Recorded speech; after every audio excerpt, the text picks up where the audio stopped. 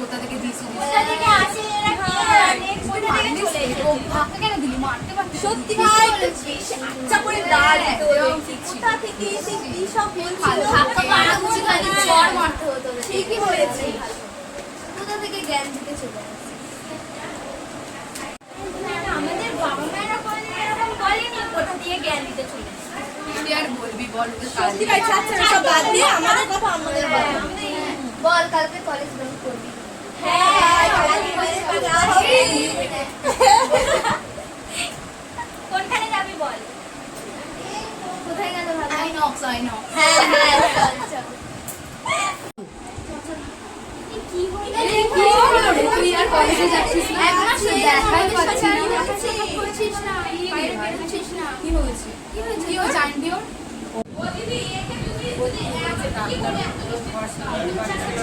কি হয়েছে লিভার খারাপ হয়ে গেছে ওকে কি করবো ডাক্তার কোনো কিছু বলতে পারছি না ওকে ভেলোরে নিয়ে যাবো জানি না নিজে দেখো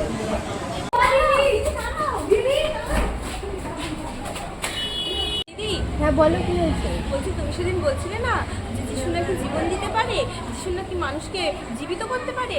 আমার এই বন্ধুটা না সত্যি খুব অসুস্থ, তোমরা কি যেতে পারবে? তোমরা গিয়ে কি একটু ওকে প্রার্থনা করে দিতে পারবে? যদি ও সুস্থ হয় তাহলে আমরা এখানে বলছি আমরা যিশুতেই থাকবো, তোমরা একটু চলো না দিদি। যিশুর জন্য জীবনও দিয়ে হ্যাঁ দিতে হ্যাঁ পারি চলো চলো অবশ্যই আমাদের ঈশ্বর মহান, আমাদের ঈশ্বর সব কিছু করতে পারে। চলো, কোথায় তোমার বন্ধু? হ্যাঁ আসো আসো।